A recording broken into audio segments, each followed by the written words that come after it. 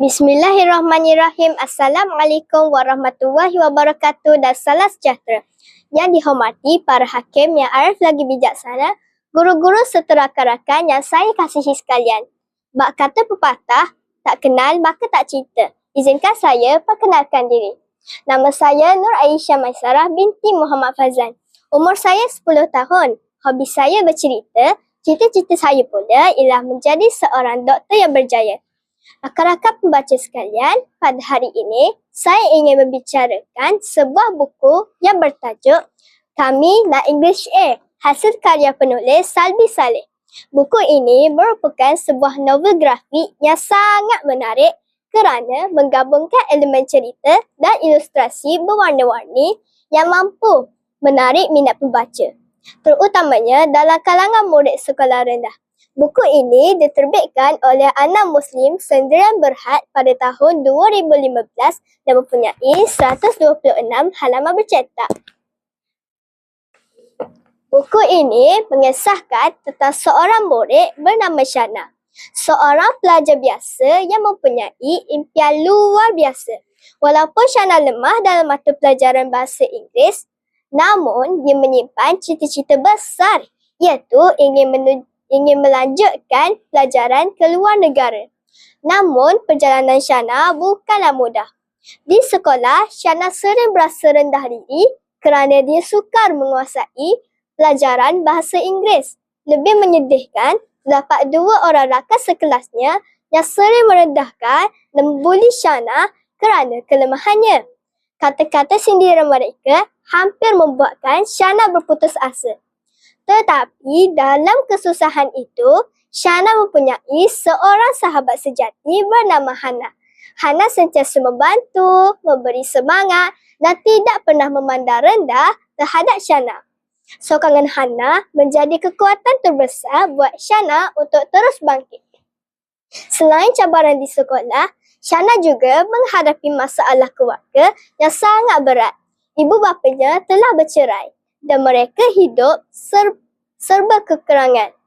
Lebih menyedihkan, ayah Shana sering datang meminta wang daripada ibunya dan bersikap kasar sehingga menyakiti hati keluarganya. Keadaan ini membuatkan Shana sering berasa sedih, tertekan dan hilang semangat. Namun, Shana memilih untuk tidak menyerah kalah. Walaupun hatinya terluka, Shana terus berusaha bersungguh-sungguh untuk cemerlang dalam pelajaran bahasa Inggeris. Usaha yang berterusan akhirnya membuahkan hasil. Shana berjaya memperoleh keputusan bahasa Inggeris yang cemerlang. Kejayaan ini mengejutkan semua orang, termasuk 2 orang rakan yang pernah membulinya. Shana menerima permohonan maaf daripada mereka dengan hati terbuka. Ini menunjukkan bahawa kejayaan sebenar bukan sahaja tentang pencapaian akademik, tetapi juga tentang memiliki hati yang baik. Dalam masa yang sama, satu peristiwa besar berlaku apabila ayah Shana mengalami kemalangan. Peristiwa tersebut menjadi titik perubahan dalam hidupnya. Ayah Shana akhirnya insaf dan berubah menjadi seorang ayah yang lebih penyayang dan bertanggungjawab. Rakan-rakan pembaca sekalian, daripada kisah ini, kita dapat melihat bahawa setiap ujian sebenarnya membawa hikmah yang tersembunyi.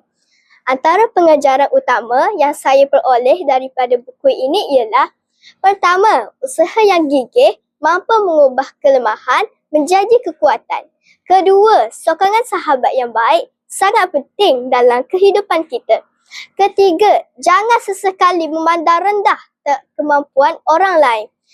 Dan yang paling penting, kesusahan hidup bukan penghalang untuk berjaya. Buku Kamilah English A sangat sesuai dibaca oleh murid-murid kerana jalan ceritanya dekat dengan kehidupan pelajar. Bahasa yang digunakan mudah difahami dan mesej yang disampaikan sangat memberi motivasi kepada pembaca supaya tidak mudah berputus asa dalam mengejar impian. Kesimpulannya, kisah Shana mengajar kita bahawa kejayaan tidak datang dengan mudah. Ia memerlukan usaha, kesabaran, doa dan keyakinan terhadap diri sendiri. Seperti Shana, mungkin kita bermula dengan kelemahan, tetapi dengan usaha yang berterusan, kita juga mampu mencapai kejayaan. Sekian sahaja bicara buku daripada saya. Wabillahi taufiq wal hidayah. Wassalamualaikum warahmatullahi wabarakatuh.